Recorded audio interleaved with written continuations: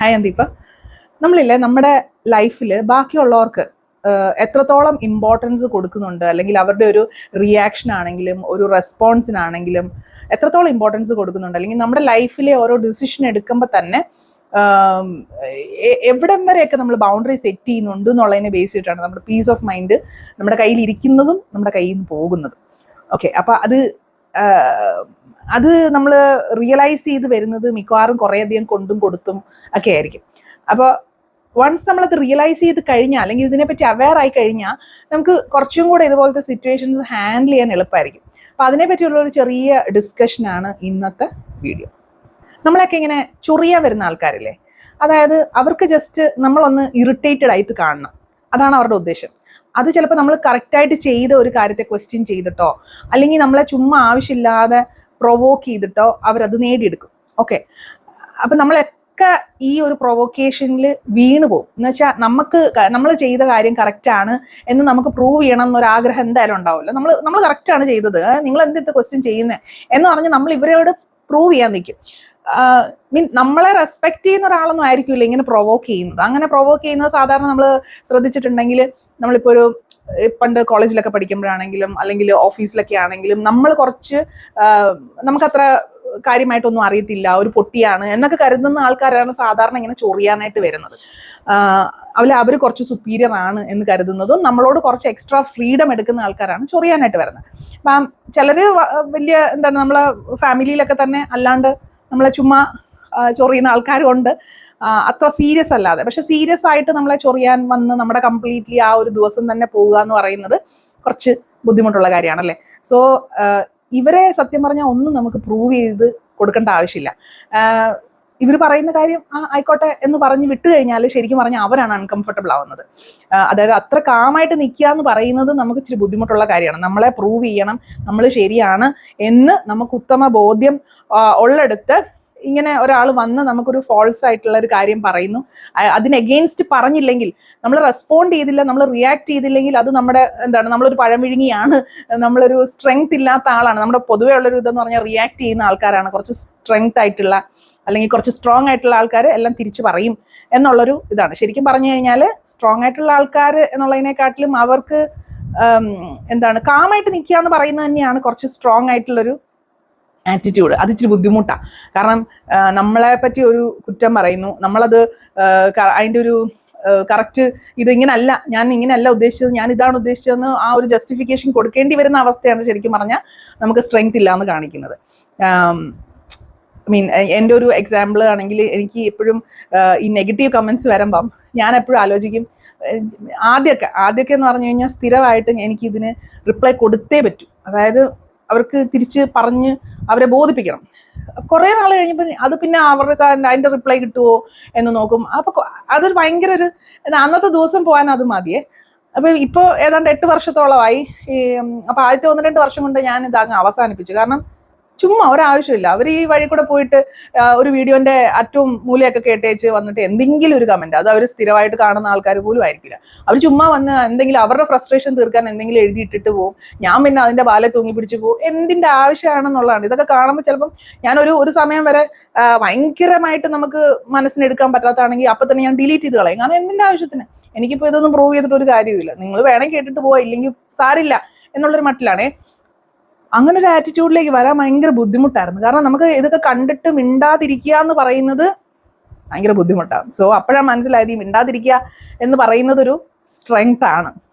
അപ്പൊ ഇപ്പൊ ഞാൻ ഒത്തിരി അധികം നെഗറ്റീവ് കമന്റ്സ് എനിക്ക് വരുന്നുണ്ട്. അപ്പൊ അതിനൊക്കെ റിപ്ലൈ കൊടുക്കാൻ ഒരു ലൈക്കോ ഒരു റിപ്ലൈയോ ഞാൻ കൊടുക്കാറില്ല. കാരണം അതിന് റിപ്ലൈ കൊടുത്തു കഴിഞ്ഞാൽ ഞാൻ അവരുടെ ആ ഒരു ഇതിൽ വീണു എന്നാണ് അർത്ഥം. മനസ്സിലായില്ലേ? അപ്പം ഇത് റിപ്ലൈ കൊടുക്കാതെ നമ്മൾ മൂവ് ഓൺ ചെയ്യുകയാണെങ്കിൽ ശരിക്കും അൺകംഫർട്ടബിൾ ആവുന്നത് ഇവരാണ്.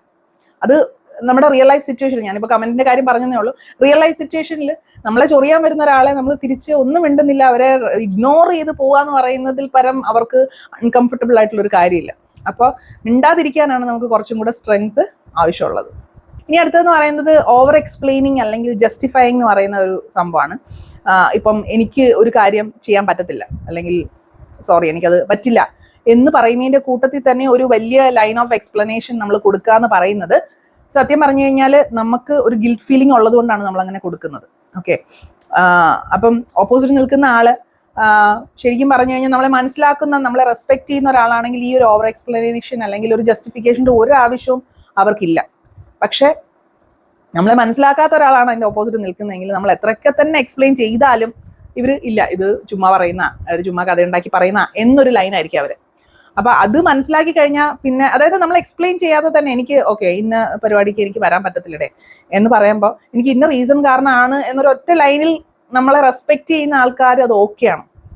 പക്ഷെ പിന്നെയും ചുമ്മാ ഇല്ലൂടെ വന്നേ പറ്റത്തുള്ളൂ, അതെന്തോ പരിപാടിയാ ഇത്ര, അങ്ങനെ പറയുന്ന ആൾക്കാരെന്ന് പറയുമ്പോൾ നമ്മുടെ സാഹചര്യം മനസ്സിലാക്കാത്ത, നമ്മളെ റെസ്പെക്ട് ചെയ്യാത്ത, അല്ലെങ്കിൽ നമുക്ക് നമ്മളുടേതായ ബുദ്ധിമുട്ടുകളുണ്ടെന്ന് മനസ്സിലാക്കാത്ത ഒരാളാണ്. അപ്പൊ അവര് നമ്മളിൽ ഗിൽട്ടാണ് ഫീഡ് ചെയ്ത് തരുന്നത്. അപ്പൊ അതുകൊണ്ട് തന്നെ നമ്മൾ ഈ ഓവർ എക്സ്പ്ലെയിൻ ചെയ്യുന്ന ഒരു സംഭവം, അല്ലെങ്കിൽ നമ്മളെ തന്നെ ജസ്റ്റിഫൈ ചെയ്യുന്ന ഒരു സംഭവം, അത് നമ്മൾ മാറ്റേണ്ടിയിരിക്കുന്നു. കാരണം ഇപ്പം അതെന്റെ കുട്ടികളോട് ഞാൻ പറയുന്നതാണ്, ഒരു കാര്യം നിങ്ങൾ തീരുമാനിച്ചു കഴിഞ്ഞാൽ പിന്നെ അതിന് എക്സ്പ്ലനേഷൻ്റെ ആവശ്യമൊന്നുമില്ല. പറ്റില്ല എങ്കിൽ പറ്റില്ല, പോകുന്നു എങ്കിൽ പോകുന്നു, അത്രേ ഉള്ളൂ. അത് എന്തുകൊണ്ടാണ് ഇതുകൊണ്ടാണ് എന്ന് പറഞ്ഞ് എല്ലാവരെയും ബോധിപ്പിച്ചിട്ട് പോകാനായിട്ട് നിൽക്കണ്ട. നമുക്ക് ശരിയെന്ന് തോന്നുന്ന ഒരു കാര്യം ചെയ്യുക, അതിനൊരു എക്സ്പ്ലനേഷൻ നമ്മൾ കൊടുക്കേണ്ട ആവശ്യമില്ല. ഇതിനോടൊപ്പം തന്നെ നമുക്ക് കൂട്ടിച്ചേർത്ത് വെക്കാവുന്ന ഒരു കാര്യമാണ് നോ പറയാൻ പറ്റുക എന്ന് പറയുന്ന ഒരു സംഭവം. നോ പറയാൻ പറ്റുന്നത് എന്താണ്, എനിക്കിത് കംഫർട്ടബിൾ അല്ല എന്ന് പറഞ്ഞ് അതിനുശേഷം നമ്മൾ ഒന്നും തന്നെ പറയാതിരിക്കുമ്പോൾ ഓപ്പോസിറ്റ് നിൽക്കുന്ന ആളുടെ പെരുമാറ്റം, അതിനെ ഫീഡ് ചെയ്യുന്നതിനെ ബേസ് ചെയ്തിട്ട് നമുക്കുണ്ടാകുന്ന ഗിൽറ്റ്, ഇതൊക്കെ നമ്മൾ അനുഭവിച്ചിട്ടുള്ളൊരു കാര്യമായിരിക്കും, മിക്കവരും അനുഭവിച്ചിട്ടുള്ളൊരു കാര്യമാണ്. അപ്പോൾ ഇത്രയും ആലോചിച്ചാൽ മതി, ഓപ്പോസിറ്റ് നിൽക്കുന്ന ആൾക്ക് നമ്മളെ എത്രത്തോളം റെസ്പെക്റ്റ് ഉണ്ട് എന്ന് മനസ്സിലാവുന്ന ഒരു സാഹചര്യമാണ് ഈ നോ പറയുമ്പോഴും, അല്ലെങ്കിൽ എന്തെങ്കിലും എക്സ്ക്യൂസ് പറഞ്ഞിട്ട് അതിന് പിന്നെ ജസ്റ്റിഫിക്കേഷൻ പറയേണ്ടതായിട്ട് വരുമ്പോഴും ഒക്കെ ഉള്ള ഒരു കാര്യം. നമ്മളെ റെസ്പെക്റ്റ് ചെയ്യുന്ന, നമ്മളെ മനസ്സിലാക്കുന്ന ഒരാളാണെങ്കിൽ നമുക്ക് നോ പറഞ്ഞിട്ട് സോറി ഞാൻ കംഫർട്ടബിൾ അല്ല എന്ന് പറയുന്നതിൽ അതവിടെ തീരും. മറ്റത് നമ്മൾ പ്ലീഡ് ചെയ്യേണ്ടി വരുന്നു, അല്ലെങ്കിൽ നമ്മൾ അതെ താൻ അത് കാരണം എൻ്റെ അടുത്ത് മിണ്ടാതിരിക്കരുത് എന്ന് നമ്മൾ പിന്നെയും പുറകെ പോയി പറയേണ്ടി വരുന്നു എന്ന് പറയുന്നത് നമ്മുടെ ഇമോഷൻസിന്റെ കൺട്രോൾ നമ്മൾ അവരിലേക്ക് കൊടുക്കുകയാണ്. അപ്പം അതൊരു കറക്റ്റ് ആയിട്ടുള്ള ഒരാളല്ല ഓപ്പോസിറ്റ് നിൽക്കുന്നതെങ്കിൽ നമ്മൾ ഇത്രയും കാര്യങ്ങൾ എക്സ്ട്രാ എഫേർട്ട് ഇട്ട് ചെയ്ത് വീണ്ടും ഡ്രെയിൻഡ് ആയിട്ട് എക്സോസ്റ്റഡ് ആയിട്ട് പോകും. ഞാൻ ഈ പറഞ്ഞ കാര്യങ്ങളെല്ലാം നമ്മുടെ ഇമോഷൻസിന്റെ കൺട്രോൾ നമ്മൾ വേറൊരാൾക്ക് കൊടുക്കുന്നു എന്ന് പറയുന്ന ഒരു കാര്യമാണ്. അത് കൊടുക്കുന്നതും അവരത് ഉപയോഗിക്കുന്നതും നമ്മൾ അതിനോട് റിയാക്ട് ചെയ്യുന്നതിനെ ബേസ് ചെയ്തിട്ടാണ് നമ്മൾ കംഫർട്ടബിൾ ആവുന്നതും അൺകംഫർട്ടബിൾ ആവുന്നതും. അപ്പോൾ അതിനോട് ചേർത്ത് വെക്കാവുന്ന ഒരു കാര്യമാണ്, ഇപ്പം നമ്മളോട് ആരെങ്കിലും ഒരാൾ മോശമായിട്ട് പെരുമാറുന്നു, മോശമായിട്ടൊരു മെസ്സേജ് അയക്കുകയോ അല്ലെങ്കിൽ റെസ്പോണ്ട് ചെയ്യുകയോ ചെയ്യുമ്പോൾ നമുക്ക് ഉടനെ തന്നെ അതിനൊന്ന് റിയാക്ട് ചെയ്യേണ്ട അല്ലെങ്കിൽ അതിന് റെസ്പോണ്ട് ചെയ്യേണ്ട ആവശ്യമില്ല. നമുക്കത് ഡിലേ ആക്കി വെക്കാം. ഇപ്പം ചില മെസ്സേജസ് വരുന്നു, നമ്മൾ സംസാരിച്ച് നിർത്തുന്നു, ചില മെസ്സേജസ് അവസാനം കൊണ്ടുവന്നിട്ട് നമുക്ക് വളരെ മോശമായിട്ട് റെസ്പോണ്ട് ചെയ്യാൻ തോന്നുന്ന ഒരു അവസ്ഥയിലേക്ക് കൊണ്ടെത്തിക്കുമ്പോൾ നമ്മൾ അതിനപ്പം റെസ്പോണ്ട് ചെയ്യാതിരിക്കുന്നതല്ല. ആ ഒരു ഹീറ്റ് ഓഫ് ദ ആർഗ്യുമെന്റ് സമയത്ത് നമ്മൾ റെസ്പോണ്ട് ചെയ്യാതിരുന്നു കഴിഞ്ഞാൽ കുറച്ചും കൂടെ, അതായത് നമ്മൾ റെസ്പോണ്ട് ചെയ്യുന്നതിനെ ബേസ് ചെയ്തിട്ടാണ് നമ്മുടെ പീസ് ഓഫ് മൈൻഡ് ഇരിക്കുന്നത്. അവർ റെസ്പോണ്ട് ചെയ്തൊന്നും നമ്മൾ മനസ്സിലേക്ക് എടുക്കണ്ട. നമ്മൾ എന്തെങ്കിലും വായി തോന്നിയോ വിളിച്ച് പറഞ്ഞു പിന്നെ നമ്മൾ റിഗ്രറ്റ് ചെയ്യുന്നതിനേക്കാൾ നല്ലതാ മിണ്ടാതിരുന്നേക്കുക, അല്ലെ കുറച്ച് ഡിലേ ആയിട്ട് റെസ്പോണ്ട് ചെയ്യുക എന്ന് പറയുന്നത്.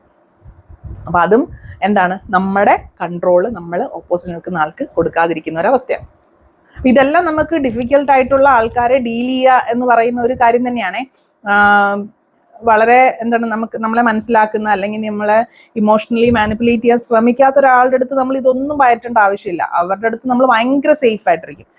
നമുക്ക് ഇത്രയൊന്നും തലപുകച്ച് ആലോചിക്കേണ്ട കാര്യം പോലും വരുന്നില്ല. അതുപോലൊരു കാര്യമാണ് നമ്മളെ മിസ്അണ്ടർസ്റ്റാൻഡ് ചെയ്യുക എന്ന് പറയുന്നത്. പർപ്പസ്ഫുള്ളി അല്ലെങ്കിൽ ആക്സിഡൻ്റലി മിസ്അണ്ടർസ്റ്റാൻഡ് ചെയ്യുന്നു, നമ്മൾ എക്സ്പ്ലെയിൻ ചെയ്യാൻ പോകുന്നു, അവരത് മനസ്സിലാക്കുന്നു, അതവിടെ തീരുന്നു. പക്ഷെ എത്രയൊക്കെ നമ്മൾ എക്സ്പ്ലെയിൻ ചെയ്ത് കഴിഞ്ഞാലും ജസ്റ്റിഫൈ ചെയ്താലും ഇല്ല എന്ന് വെച്ച് നിൽക്കുന്ന ആൾക്കാര് അത് നമ്മൾ മനസ്സിലാക്കണം. കാരണം നമുക്ക് എപ്പോഴും ചിലപ്പോൾ നമ്മൾ ഭയങ്കരമായിട്ട് മനസ്സിലേക്ക് എടുത്തിരിക്കുന്ന ഒരാൾ, അല്ലെങ്കിൽ നമ്മൾ ഭയങ്കര കാര്യമായിട്ട് കരുതിയിരിക്കുന്ന ഒരാളായിരിക്കും നമ്മുടെ അടുത്ത് ഇങ്ങനെ പെരുമാറുന്നത്. അപ്പോഴാണ് നമുക്ക് ശരിക്കും പറഞ്ഞാൽ നമ്മളെ ജസ്റ്റിഫൈ ചെയ്യേണ്ടി വരുന്നതും, നമ്മളെ തെറ്റിദ്ധരിച്ചിട്ടുണ്ടെങ്കിൽ അതല്ല, ട്രൂത്ത് ഇതാണ് എന്ന് പ്രൂവ് ചെയ്യേണ്ടതായിട്ട് വരുന്നത്. അങ്ങനെ പ്രൂവ് ചെയ്യാൻ ശ്രമിക്കുന്നു. പക്ഷേ മറ്റേ ഓപ്പോസിറ്റ് നിൽക്കുന്ന ആൾക്ക് ഇതൊന്നും കേൾക്കേണ്ട ആവശ്യമില്ലെങ്കിൽ സത്യം പറഞ്ഞു കഴിഞ്ഞാൽ അത് നിർത്തി പോവാണ് വേണ്ടത്. അതിന് പകരം ഇതിന് പുറകെ നടന്ന് ഇത് ജസ്റ്റിഫൈ ചെയ്ത് ഇവരെ കൺവിൻസ് ചെയ്യുക എന്ന് പറയുന്നത് ഇറ്റ്സ് ലൈക്ക് ഗിവിങ് നമ്മുടെ കൺട്രോൾ അവർക്ക് കൊടുക്കുകയാണ്, നമ്മുടെ സന്തോഷം അവരുടെ കയ്യിലേക്ക് കൊടുക്കുകയാണ്. അവർ തീരുമാനിക്കുന്ന പോലെ ഇരിക്കും അത് ഞെരിച്ച് കളയുവോ അത് സേഫായിട്ട് വെക്കുവോ എന്നുള്ളത്. ഇപ്പം നമ്മൾ ഡീൽ ചെയ്യുന്ന ആൾക്കാരുടെ ഒരു പാറ്റേൺ നമ്മൾ ഒബ്സർവ് ചെയ്ത് കഴിഞ്ഞാൽ നമ്മൾ കുറച്ചും കൂടെ സേഫ് ആയിട്ടിരിക്കും, നമ്മൾ കുറച്ചും കൂടെ പീസ്ഫുൾ ആയിട്ടിരിക്കാൻ പറ്റും. അതായത് നമ്മളുമായിട്ട് ഡീൽ ചെയ്യുന്ന ആൾക്കാരുടെ പാറ്റേൺസ് നോക്കുക, അവർ ബിഹേവ് ചെയ്യുന്നതിനെക്കാട്ടിലും അവരുടെ പാറ്റേൺസ്, അതായത് ആദ്യം നമ്മളെ ഹേർട്ട് ചെയ്യുന്നു, പിന്നെ സോറി പറയുന്നു, പിന്നെയും ഹേർട്ട് ചെയ്യുന്നു, പിന്നെയും സോറി പറയുന്നു, അല്ലെങ്കിൽ നമ്മൾ പറയുന്ന ഒരു കാര്യം ചെയ്യണ്ട അല്ലെങ്കിൽ ചെയ്യരുത് എന്ന് പറയുന്നൊരു കാര്യം ചെയ്യുന്നു, സോറി പറയുന്നു, പിന്നെ ചെയ്യുന്നു. അപ്പൊ അങ്ങനെയുള്ളൊരു പാറ്റേൺ നമ്മൾ നോക്കിക്കഴിഞ്ഞാൽ, അപ്പോളജി എന്നുള്ളതിനെക്കാട്ടിലും ആ പാറ്റേൺ ശ്രദ്ധിച്ചു കഴിഞ്ഞാൽ ചില ആൾക്കാരെ നമ്മൾ അകറ്റി നിർത്തുന്നത് തന്നെയായിരിക്കും നമ്മുടെ സമാധാനത്തിന് ആവശ്യമായിട്ടുള്ള കാര്യം. നമ്മൾ അവരെ ഭയങ്കരമായിട്ട് റെസ്പെക്ട് ചെയ്യുന്നുണ്ടാവും, നമ്മൾ അവരുടെ പ്രസൻസ് ഭയങ്കരമായിട്ട് ആഗ്രഹിക്കുന്നുണ്ടാവും.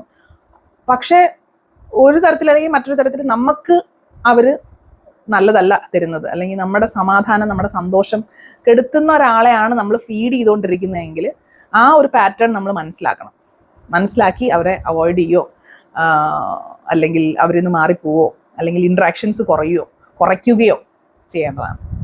എല്ലാവർക്കും നമ്മൾ എപ്പോഴും ഒരു ആക്സസ് കൊടുക്കേണ്ടതില്ല. ഇപ്പം ചിലർ നമുക്ക് ഭയങ്കര ഡിസ്റ്റർബിങ് ആണ്, പക്ഷെ നമുക്ക് ഒഴിവാക്കാൻ പറ്റില്ല. നമ്മുടെ കൊളീഗ് ആയിരിക്കാം, അല്ലെങ്കിൽ നമ്മുടെ ഫാമിലി മെമ്പർ ആയിരിക്കാം, നമുക്ക് പറ്റുന്നില്ല ഒഴിവാക്കാനായിട്ട്. കംപ്ലീറ്റ്ലി കട്ട് ആൻഡ് റൈറ്റ് നമുക്ക് ഒഴിവാക്കാൻ പറ്റുന്നില്ല. പക്ഷെ നമ്മുടെ പീസ് ഓഫ് മൈൻഡിന് വേണ്ടിയിട്ട് അവരുമായിട്ടുള്ള കണക്ഷൻസ് അല്ലെങ്കിൽ കമ്മ്യൂണിക്കേഷൻ്റെ അളവ് കുറയ്ക്കാം. നമ്മളെപ്പോഴും അവർ അവൈലബിൾ ആകുന്ന രീതിയിൽ നമ്മൾ കോൾ എടുക്കുകയോ അല്ലെങ്കിൽ അവർ വിളിക്കുന്ന സമയത്തൊക്കെ പോവോ ഒന്നും ചെയ്യേണ്ട ആവശ്യമില്ല. നമ്മുടെ ഒരു സെൽഫ് കെയറിന്റെ ഭാഗമായിട്ട് നമുക്ക് അവോയ്ഡ് ചെയ്യാണ് വേണ്ടത്, അല്ലെങ്കിൽ കുറച്ച് ലൈറ്റ് ആയിട്ട് എടുക്കുകയാണ്, അവരൊക്കെ അത്രയ്ക്ക് ഒരു സ്ഥാനം നമ്മൾ കൽപ്പിച്ച് കൊടുക്കുക അല്ല വേണ്ടത് എന്നുള്ളൊരു തിരിച്ചറിവ് നമുക്ക് കുറച്ചും കൂടെ ഹെൽപ്ഫുൾ ആവും. അതുപോലെ തന്നെ നമ്മളെ റെസ്പെക്റ്റ് ചെയ്യാത്ത ഒരാളോട് നമ്മളോട് റെസ്പെക്റ്റ് ഇല്ലാത്ത രീതിയിൽ പെരുമാറുമ്പോൾ നമ്മൾ തിരിച്ച് റെസ്പെക്റ്റ് കിട്ടാൻ വേണ്ടിയിട്ട് നമ്മൾ ഒരു കാര്യവും ഷോ ഓഫ് ചെയ്യേണ്ടതോ അല്ലെങ്കിൽ അവരുടെ ശ്രദ്ധ പിടിച്ചു പറ്റാൻ നേരിട്ടുണ്ടോ, അല്ലെങ്കിൽ അവരൊന്ന് ശ്രദ്ധിക്കണം. നമുക്ക് അവരെ വലിയ കാര്യമായിരിക്കും, പക്ഷെ അവർക്ക് നമ്മളെ തീരെ താല്പര്യമില്ല എങ്കിൽ നമ്മൾ പിന്നെ പോയിട്ട് പ്രൂവ് ചെയ്യാനോ പുറകെ നടക്കാനോ ഒന്നും പോകേണ്ട ആവശ്യമില്ല. Just step back. അത് നമ്മുടെ ഒരു ഐഡന്റിറ്റിയുടെ അല്ലെങ്കിൽ നമുക്ക് കൊടുക്കുന്ന ഒരു സെൽഫ് എസ്റ്റീമിന്റെ ഒരു ഭാഗമാണ് അങ്ങനെ സ്റ്റെപ്പ് ബാക്ക് ചെയ്യാന്ന് പറയുന്നത്. അതുപോലെ തന്നെ ഇപ്പം നമ്മളോട് റൂഡായിട്ട് ഒരാൾ പെരുമാറുന്നു, കുറച്ചും കൂടെ വോയിസ് എടുക്കുന്നു എങ്കിൽ നമ്മളും തിരിച്ച് വോയിസ് റേസ് ചെയ്യേണ്ട ഒരാവശ്യമില്ല. ആവശ്യമുള്ള കാര്യമാണെങ്കിൽ നമ്മൾ മര്യാദയ്ക്ക് പറയുക എന്നുള്ളതേ ഉള്ളൂ. പിന്നെ ഒത്തിരി സൗണ്ട് എടുത്ത് നമ്മളോട് സംസാരിക്കുന്ന ഒരാളോട് നമ്മൾ വളരെ കാമായിട്ട് സംസാരിക്കാൻ പഠിക്കുക എന്നുള്ളതാണ് നമ്മുടെ സമാധാനത്തിന് നല്ലത്.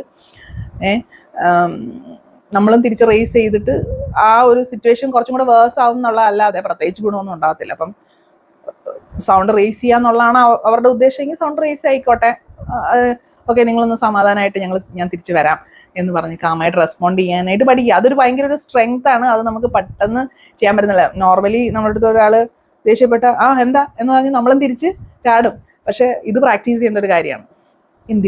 എന്തിൻ്റെ ആവശ്യത്തിനാണ്?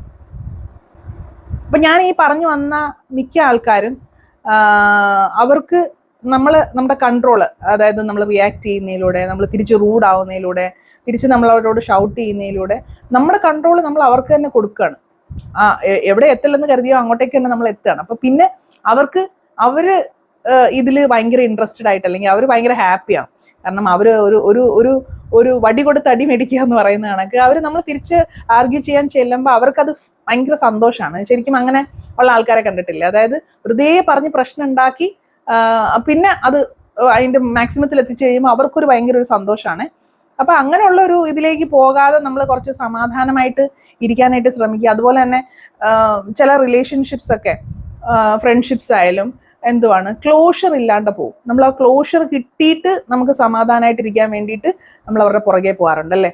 ആ ക്ലോഷർ കിട്ടിയിട്ട് വേണം എനിക്കൊന്ന് സമാധാനപ്പെടാൻ. പക്ഷെ ശരിക്കും ചില റിലേഷൻഷിപ്സ് ഒന്നും നമുക്കൊരു ക്ലോഷർ തരത്തില്ല, ചില കാര്യങ്ങൾക്ക് തരില്ല. ഓപ്പോസിറ്റ് നിൽക്കുന്ന ആൾ തരില്ല എന്ന് തീരുമാനിച്ചു കഴിഞ്ഞാൽ നമ്മൾ എത്ര കടന്ന് ബുദ്ധിമുട്ടിയാലും കിട്ടില്ല.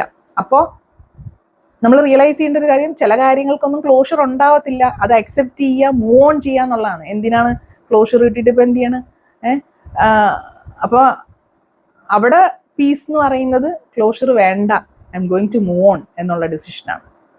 പറഞ്ഞു വന്നത് വളരെ സിമ്പിളായിട്ടുള്ള കാര്യമാണ്. സ്റ്റോപ്പ് റിയാക്ടിങ് എന്നുള്ളതാണ്. ഷൗട്ട് ചെയ്യണ്ട, പ്രൂവ് ചെയ്യണ്ട, ജസ്റ്റിഫൈ ചെയ്യണ്ട, അവരെ അവരുടെ വഴിക്ക് വിടുക. നമ്മൾ കുറച്ചും കൂടെ കാം ആവുക, റെസ്പോണ്ട് ചെയ്യാൻ കുറച്ച് താമസം എടുക്കുക, നമ്മൾ കുറച്ചും കൂടെ ഒരു കാമർ വേർഷൻ ആവുക. അപ്പം എന്താണെന്ന് വെച്ച് കഴിഞ്ഞാൽ നമുക്ക് സമാധാനം എന്ന് പറഞ്ഞൊരു സംഭവം അത് ഓവർ ദ ഇയേഴ്സാണ് നമുക്ക് അങ്ങനെ ഒരു തിരിച്ചറിവ് ഉണ്ടാകുന്നത്. അതുവരെ നമ്മൾ മറ്റേ രക്തം തിളച്ച് നിൽക്കുന്ന ഒരു സമയമായിരിക്കും. ഇപ്പോൾ രക്തമൊക്കെ ഇച്ചിരി കട്ട പിടിക്കട്ടെ, തണുത്തുറഞ്ഞു വരികയാണ്. അത് കുറച്ചും കൂടെ നമ്മൾ എന്താണ് എക്സോസ്റ്റഡ് ആവുന്നില്ല, നമ്മൾ കുറച്ചും കൂടെ പീസാണ് നമ്മൾക്ക് വേണ്ടത് എന്നുള്ള രീതിയിൽ നമ്മൾ കുറച്ച് മാറി വരികയാണ്. അപ്പം കാമാവുക എന്നുള്ളതിൻ്റെ ഉദ്ദേശം നമ്മൾ വീക്ക് ആവുക എന്നുള്ളതല്ല, അതും ഒരു സ്ട്രെങ്ത് ആണ്. നമ്മൾ കാമായിട്ടിരിക്കാൻ പറ്റുക ഇത്രയും പ്രശ്നങ്ങളുടെ ഇടയിൽ, ഇത്രയധികം പ്രൊവോക്കേഷൻസിൻ്റെ ഇടയിൽ നമുക്ക് കാമായിട്ടിരിക്കാൻ പറ്റുന്നു. നമുക്ക് ആരെയും ജസ്റ്റിഫൈ ചെയ്ത് അല്ലെ നമ്മളെ തന്നെ ജസ്റ്റിഫൈ ചെയ്ത് കൊടുക്കേണ്ട ആവശ്യമില്ല എന്നുള്ളൊരു തിരിച്ചറിവ്, അങ്ങനെയുള്ള കാര്യങ്ങളെല്ലാം നമ്മളെ കുറച്ചും കൂടെ കാമർ, ബെറ്റർ, പീസർ വേർഷനായിട്ട് മാറ്റുവാണ്. അപ്പം ഇത്രയേ ഉള്ളൂ. നിങ്ങൾക്ക് ഇത് റിലേറ്റ് ചെയ്യാൻ പറ്റിയോ ഇല്ലയോ എന്നുള്ളത് കമൻറ്റ് ചെയ്യുക. അടുത്ത വീഡിയോ നമുക്ക് കാണാം.